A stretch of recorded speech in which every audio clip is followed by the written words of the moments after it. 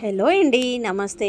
Welcome back to our channel Samitha vlogs. ఈరోజు నేను మీకు సాంబార్ ఎలా చేయాలి అన్నది అయితే చేసి చూపిస్తానండి. మన ఇంట్లో ఉన్న వెజిటేబుల్స్ తోటి మనం ఈజీగా సాంబార్ అయితే ప్రిపేర్ చేసేసుకోవచ్చు. సాంబార్ ఎప్పుడైనా మనం ప్రిపేర్ చేయాలి అన్నప్పుడు కందిపప్పు వేసుకోవాలండి. కందిపప్పుతో పాటు శనగపప్పు కూడా వేసుకుంటేనే అది సాంబార్కి అన్నది టేస్ట్ అన్నది వస్తుంది. కాబట్టి సాంబార్కి మనం కందిపప్పు అలానే శనగపప్పు వచ్చేసి 2 ఈక్వల్ క్వాంటిటీ తీసుకోవాలి. కందిపప్పు మనం ఒక గ్లాస్ తీసుకున్నాము అనేసి అంటే శనగపప్పు కూడా వచ్చేసి ఒక గ్లాస్ తీసుకోవాలన్నమాట. రేషియో వచ్చేసి 1:1 రేషియోలో అయితే నేను చేసేస్తున్నాను. వీటిని అయితే ముందుగా నేను వాష్ చేసేసుకుంటున్నానండి. ఒక 2-3 సార్లు అయితే వాష్ చేసేసుకోవాలి. ముందుగా మనకు పప్పులు అనేసి అంటేనే రాళ్ళు అయితే ఉంటాయి కదా, ఆ రాళ్ళు అన్నవి ముందు చూసుకోండి. లేదు అనేసి అంటే పంటి కింద తగిలింది అనేసి అంటే ఇక మనం ఏమీ చేయలేం కదండి. కాబట్టి ముందుగా రాళ్ళు అన్నవి అయితే చూసుకొని వాష్ చేసేసుకోండి. వాష్ చేసేసుకున్న తర్వాత మనం శనగపప్పు కూడా వేసాం కాబట్టి ఒక 4-5 విజిల్స్ రావాలి. మామూలుగా కందిపప్పు అయితే 3 విజిల్స్ సరిపోతుంది కదండి. శనగపప్పు కూడా వేసాం కాబట్టి ఒక 5-6 విజిల్స్ అయితే రావాలి. ఇక్కడ దానికి సరిపడా వాటర్ అన్నవి యాడ్ చేసేసుకుంటున్నాను. ఎప్పుడైనా కానీ మనం పప్పు అన్నది కుక్ చేసేటప్పుడు కొద్దిగా వాటర్ ఎక్కువైనా కానీ పర్లేదండి.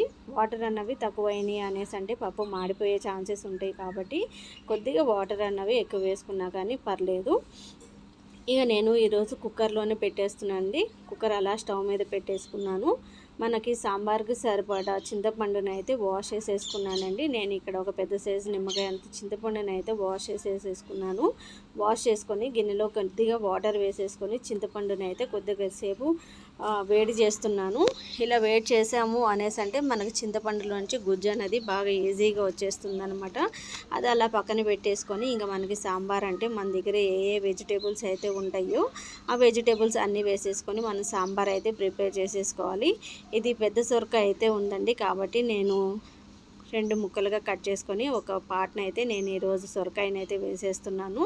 అలానే ములక్కాడలు కూడా తీసుకున్నానండి. ములక్కాడలు వచ్చేసి కొద్దిగా ఎక్కువ వేస్తున్నాను. ములక్కాడలు అంటే ఇంట్లో పిల్లలకి బాగా ఇష్టంగా తింటారనమాట కాబట్టి క్యారెట్ వేసుకుంటున్నాను.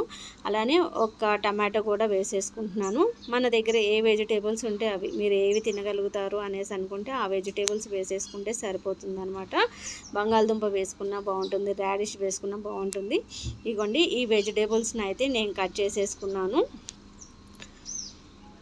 పప్పు కూడా నాకు 6 విజిల్స్కి అయితే మెత్తగా కుక్ అయిపోయిందండి. వాటర్ అనేవి కొద్దిగా ఎక్కువ వేసుకున్నా పర్లేదు అనేసి చెప్పేశాను కదా, చూసారా 6 విజిల్స్కి పర్ఫెక్ట్గా కుక్ అయిపోయింది అనమాట. ఇంకా నేను పప్పు గుత్తితో కూడా మెదపనంత అవసరం లేకుండానే నాకు సాఫ్ట్గా అయితే కుక్ అయిపోయింది. ఇంక ఇప్పుడు సాంబార్ ప్రిపేర్ చేయటం అయితే నేను ఒక పెద్ద గిన్నె అయితే తీసుకున్నానండి. సాంబార్ అంటేనే మనం ఎక్కువ క్వాంటిటీలో చేస్తూ ఉంటాం కదా. ఇంకా దాంట్లోకి ముందుగా తాలింపు అయితే వేయటానికి ఇక్కడ ఆయిల్ అన్నది వేసేస్తున్నాను.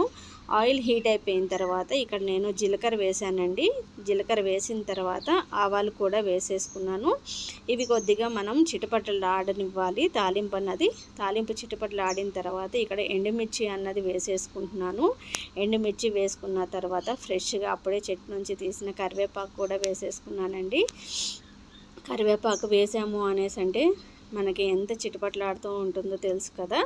తర్వాత ముందుగా మనం ఏమైతే వెజిటేబుల్స్ కట్ చేసామో ఆ వెజిటేబుల్స్ అన్నీ తాలింపులు వేసేసుకోవటమేనండి. ఇక్కడ నేను వాడిన వెజిటేబుల్స్ వచ్చేసి ములక్కాడ, అలానే సొరకాయ, క్యారెటు, పచ్చిమిర్చి, ఆనియన్స్, టమాటో అయితే బాగా సాఫ్ట్గా ఉందండి, పండిపోయింది కాబట్టి తర్వాత వేద్దాము అనేసి ఇప్పుడు నేనైతే ముందుగా ఈ వెజిటేబుల్స్ని అయితే కుక్ చేసేస్తున్నాను. ఈ వెజిటేబుల్స్ అయితే బాగా కుక్ అవ్వాలండి. ఇంకా ఈ లోపు పప్పు కూడా చూడండి గంటెతోటి ఇలాగ మెత్తగా తిప్పుతున్నాను అనేసి అంటే చాలా సాఫ్ట్గా అయిపోతుంది అనమాట. ఎప్పుడైనా కానీ వాటర్ క్వాంటిటీ అన్నది కొద్దిగా ఎక్కువ ఉంటే పర్లేదు, అలా అనేసి వాటర్ మాత్రం తక్కువ తీసుకోవద్దు. కుక్కర్ కూడా పేలే అవకాశం ఉంటుంది కాబట్టి నేను ముందుగా చింతపండుని అయితే స్టవ్ మీద పెట్టేశాను కదండి. అది కూడా బాగా ఇలా కలిపాము అనేసి అంటే గుజ్జు అన్నది బాగా వస్తుందన్నమాట. మనం ఎంత క్వాంటిటీలో సాంబార్ చేయాలి అనేసి అనుకుంటున్నామో అంత వాటర్ అన్నవి వేసేసుకోవాలి. ఇక్కడ చూడండి వెజిటేబుల్స్ అన్నవి కుక్ అవ్వటం స్టార్ట్ అయిపోయిందనమాట. ఇలా ఒకసారి కదుపుతూ ఉన్నాము అనేసి అంటే అన్ని వెజిటేబుల్స్ అన్నవి ఈవెన్గా కుక్ అవుతూ ఉంటాయి అన్నమాట. అన్నీ లేతగానే ఉన్నాయి కాబట్టి త్వరగానే సాఫ్ట్ అవుతాయిలేండి. ఇక్కడ నేను ఇంకా మనం ఒక ట్రిక్ అన్నది ఫాలో అవ్వాలి అంటే ఎప్పుడైనా వెజిటేబుల్స్ అయినా కానీ ఏవైనా త్వరగా మగ్గిపోవాలి అనేసి అంటే మనం ఇక్కడ సాల్ట్ అన్నది వేసాము అనేసి అంటే త్వరగానే మగ్గిపోతుంది. నేను ఇక్కడ వచ్చేసి కల్లుప్పు అన్నది వేసుకున్నానండి.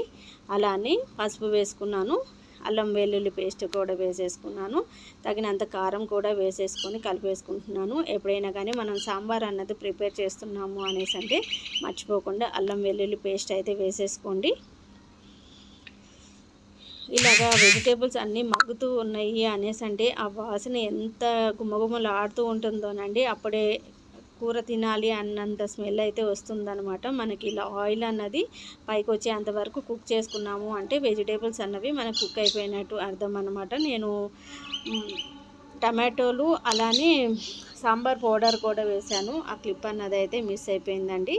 తర్వాత ముందుగా నేను పప్పు అయితే మెదుపుకొని పక్కన పెట్టేసుకున్నాను కదా, ఆ పప్పు కూడా ఈ కూరగాయల్లోకి వేసేసుకొని ఇంకా తగినంత వాటర్ అన్నవి వేసేసుకొని ఇంకా బాగా తెరలనివ్వాలి సాంబార్ అన్నది. సాంబార్ ఎంత తెరులుతూ ఉంటే అంత టేస్టీగా ఉంటుందండి. ఇక్కడ నేను సాల్ట్ అయితే చెక్ చేసేస్తున్నాను. ఇంకా సాంబార్ అంటే మనం నెక్స్ట్ డే కంపల్సరీ ఇడ్లీకి అయితే వేస్తూ ఉంటాం కదా, మీరైతే వేస్తారా అండి? నేనైతే కంపల్సరీ నెక్స్ట్ డే అయితే ఇడ్లీకి అయితే వేసేస్తాను. కాబట్టి సాంబార్ ఎప్పుడైతే చేశాను అనేసి అంటే కొద్దిగా ఎక్కువ క్వాంటిటీలోనే చేస్తూ ఉంటాను. ఎక్కువగా మనం పచ్చళ్ళు వేసుకొని ఇడ్లీ అన్న తింటాం కదా, సాంబార్లో కనుక ఇడ్లీ పెట్టుకొని తిన్నాము అనేసి అంటే ఇంకా తినే కొద్దీ తినాలి అనేసి అనిపిస్తూనే ఉంటుంది. ఎక్కువగా పిల్లలు చిన్నగా ఉన్నప్పుడు నేను సాంబార్తోని పిల్లలకి ఇడ్లీ అన్నది పెట్టేదాన్నండి. అలా మా పిల్లలకి ఇడ్లీ సాంబార్ అంటే చాలా ఇష్టం అన్నమాట. కాబట్టి నేను సాంబార్ ఎప్పుడు చేసినా కానీ నెక్స్ట్ డే మార్నింగ్ వచ్చేసి మా ఇంట్లో టిఫిన్ వచ్చేసి ఇడ్లీనే ఉంటుంది కంపల్సరీ. పప్పు అన్నది మనం సిమ్లో పెట్టేసుకొని మరిగించుకుంటూ ఉండాలండి సాంబార్ని. సాంబార్ ఎంత మరుగుతూ ఉంటే అంత టేస్టీగా ఉంటుందన్నమాట. హార్డ్లీ ఒక 25 to 30 మినిట్స్ అయినా కానీ మనకి సాంబార్ అన్నది మరగాలి. సాంబార్ మరిగేదాన్ని, ఆ వాసన వచ్చేదాన్ని బట్టి సాంబార్ అన్నది ఎంత మంచిగా ఉంటుందో, ఎంత టేస్టీగా ఉంటుందో మనమైతే చెప్పగలము.